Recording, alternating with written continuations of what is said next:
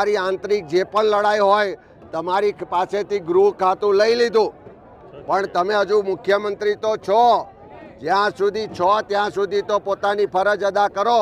આ ગુજરાતના લોકોને જે આક્રોશ છે એને વાચા આપો, એના માટે કાર્યવાહી કરો, નહીં તો આવનારા સમયમાં આક્રોશ એક ક્રાંતિનું સ્વરૂપ લેશે. ગાંધીનગરમાં બેઠેલા લોકોને ગાદી છોડવા માટે મજબૂર કરે એવું આ આખા ગુજરાતનો આક્રોશ આ યાત્રામાં દેખાઈ રહ્યો છે. આવેદનપત્ર આપવાનું કર્યું છે નિર્ણય.